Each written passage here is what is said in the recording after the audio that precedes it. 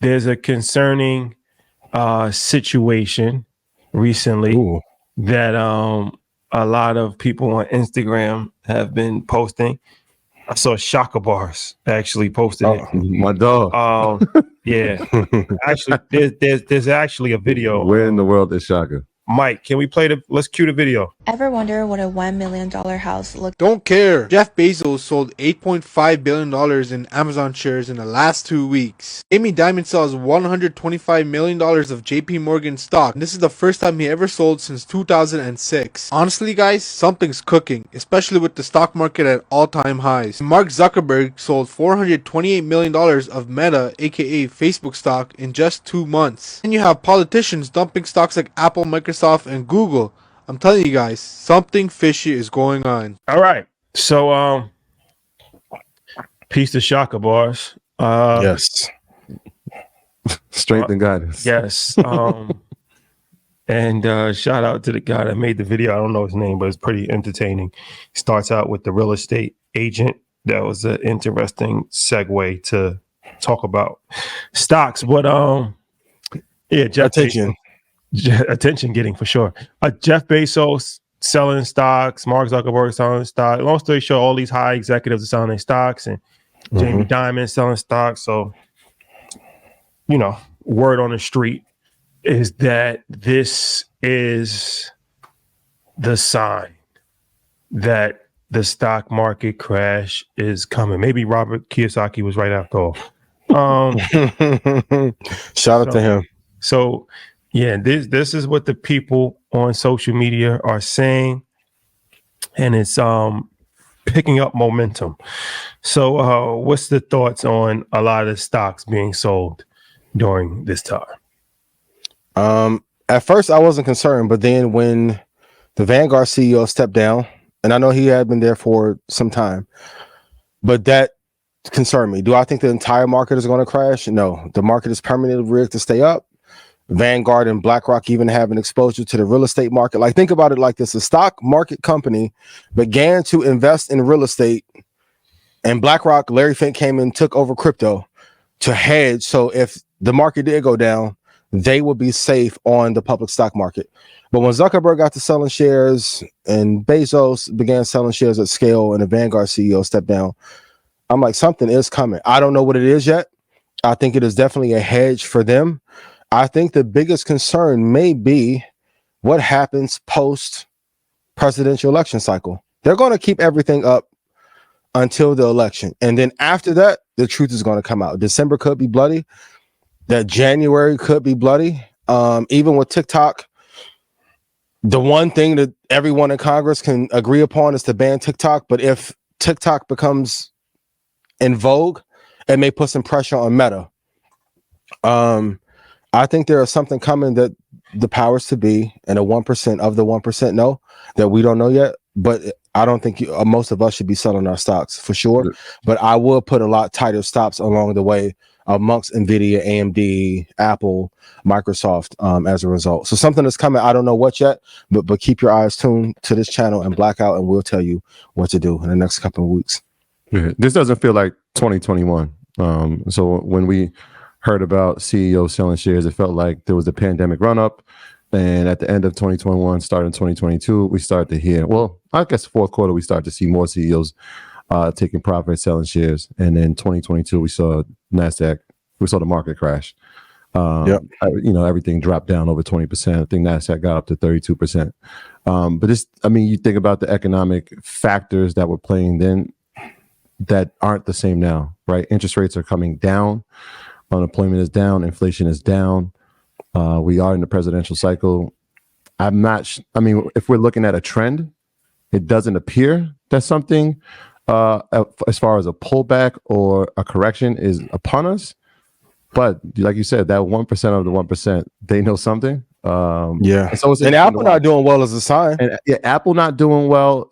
That's a reversal, right? Because we got so accustomed to when Apple performs, the market performs. And now, like we said last week, that when NVIDIA performs, the market performs. And so when we see NVIDIA pull back, we saw, obviously, the market pull back. But it just feels different. It just feels different from 2021. It was like, here are the warning signs, here are the warning signs, here are the warning signs. Oh, here we go. and January happens, and then it's indicated for the whole year. So I'm not sure what it is. I'm with you. I don't know what it is, but if I'm looking at trends, I don't think it's immediate. I don't think it happens in 2024. It probably happened in 2025. And once again, the bond market has been down since 2020, and no one's talking about it. It's like one of them dead bodies King Von caught and is just in the basement rotting. Like, prayer for the family. The bond market has barely moved, and then gold, of course, is moving. Bitcoin is moving. So there's elation there from the crypto side. But gold used to be a hedge against the market dropping. Gold is hitting all-time highs.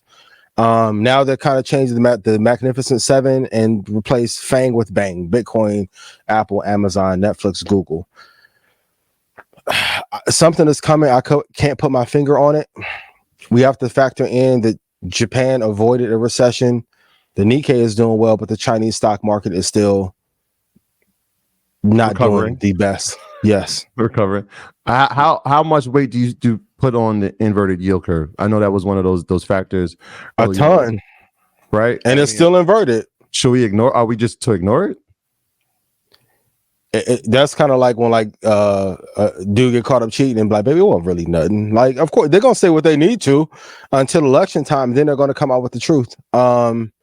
Inverted yield curve, and then I know we talked about debt to GDP ratio, and everyone act like it didn't matter. I want to say it again. Every 110 days, we owe another $1 trillion. I'm not a damn economist, but if I owed $1 trillion every 110 days, I would want to end it all. How do you work your way out? Like, you got, like, your obligation is $1 trillion every 100 days. What are we talking about? And notice, even now, Zuckerberg went to the wedding in India, put on a drip, look good with him and his wife. No major CEOs are talking right now. It's getting scary. Jensen looks happy. CEO of AMD looks happy. Lily looks happy, right? But everyone else, I think they are a little bit panicked. And if we're going to be honest, the gig economy that we've been in for the last 10 years, that's softening as well. I think, like I said, Dara's done a great job at Uber turning that business around. But like, I know they keep saying that the inflation is not going to be that bad and the job market is recovering. It doesn't feel like it. I've had 5 people in the past week text me like, hey, I'm about to be evicted. The job market isn't as great as everyone's saying. And then if we look at the diversity and inclusion, the numbers came out. They only gave $23 million to Black startups last year. So this year it'll probably be $8 million. Like, we're in a real crisis, real time. Like, this is why this show is so important. Check out the episode that you guys have tomorrow. Like, that's why all those episodes are so important. Shout out to the queen that does venture capital. Amazing episode, like how she told her story to navigate, that jungle. That's another area that we have to crack to be able to fund our own projects that we love with people that look like us. But there is a real crisis going on when, like, if you look at a staple company like Macy's has not done well since 2016. Retail is damn near dead. Most fast food is dead. Kellogg's floundering. Without crypto, I'll say it again, I don't think the banks would be doing that well. They don't want to talk about New York Community Bank falling apart. JP's doing well. Shout out to y'all boosting Ethereum up. But most of the banks are not doing, like, if you look at Bank of America, they are at 35.17 off that low of $26. But they've been in the range forever. Like, their last high was in 2006. Moynihan's a great CEO, but an entire sector of banking is floundering. Retail's floundering. Fast food is floundering. Education is worse than it has been the last 15 years. We got to have the conversation. Is the traditional MBA worthless or dead or dying? Like, major pillars of our society are going to the wayside. And everyone's like, no, it's fine. We got 7 stocks holding everything up. Yeah. Well, some retail, right? Because we'll talk about Costco later, but there are some sectors in retail that are performing. If you look at Costco, if you look at Target, if you look at Walmart, right? These, if you look over the past 3 months, they've had a nice rebound. Or the last 6 months, they've had a nice rebound. So yeah, you're starting to see some areas, or I guess those would be the cream rising to the top, right? Like, you're starting to see specific companies inside of a sector that are performing well. So no, all hope is not dead. Well, I'll say this. I mean, the golden rule in life is buy low, sell high. So I mean, Facts. we're at all-time highs. A presidential election is coming. It's going to be a very contentious election. So from just a common sense standpoint, if you're a CEO and you make billions of dollars, why would you not want to sell and liquidate? Big facts. But you could always buy back. Buy the dip. So yeah, stocks will, it's not like they're going to just keep going up forever. Stock market's overinflated Big facts. relative to the economy. So I mean, it's just common sense. If I was in a situation where I had $30 billion that I made from stocks, yeah, why not? Fuck buy the dip. I'm a dip out. Sell. So Like, so yeah, I mean, I think, but like I said, that's important for people to understand. Like, you know, I don't think it's so much of a conspiracy theory or anything like that. I think that it's a common sense play. They're seeing the global economy, they're seeing the U.S. economy, and they're seeing the stock market, and they're saying, okay, this is probably a good time to exit stage left. Let's at the very least wait it out, see what can happen, and deploy our capital into other places. Sit on the sideline. Cash is always king. Yeah. And you know, we can always get back in later, because even if it continues to go up, it's going to come back. It's going to come down. it's gonna come back down. at some point. So it's like, all right, well, this is an opportunity to wait it out. So Take profit. when you see people taking money out, that's because they think it's going to go down. You don't take money out if you think it's going to continue to go up. That's just common. Absolutely. It's common That's sense. And then the GDP is only supposed to increase 2.4%, going back to that net margin thing, while India is on fire.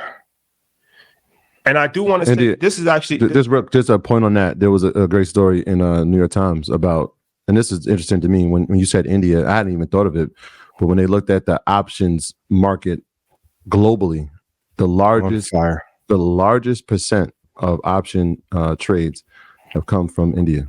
I think it's like almost 70% of option trades, which is I wouldn't even have thought of that, which is crazy. Oh, like America's like deadbeat dad. Like, we give all of our money and best resources to other countries, and we built up China. Then they teamed up against us because they don't believe in democracy, and neither do we, because we're technically a republic. And now we're seeing, at one time, the Indian stock market was flat, but because we've put so many jobs there, outsourced all the VAs, and like we built up that middle class and luxury sector in India, now they're going to start to overtake those trading markets as well.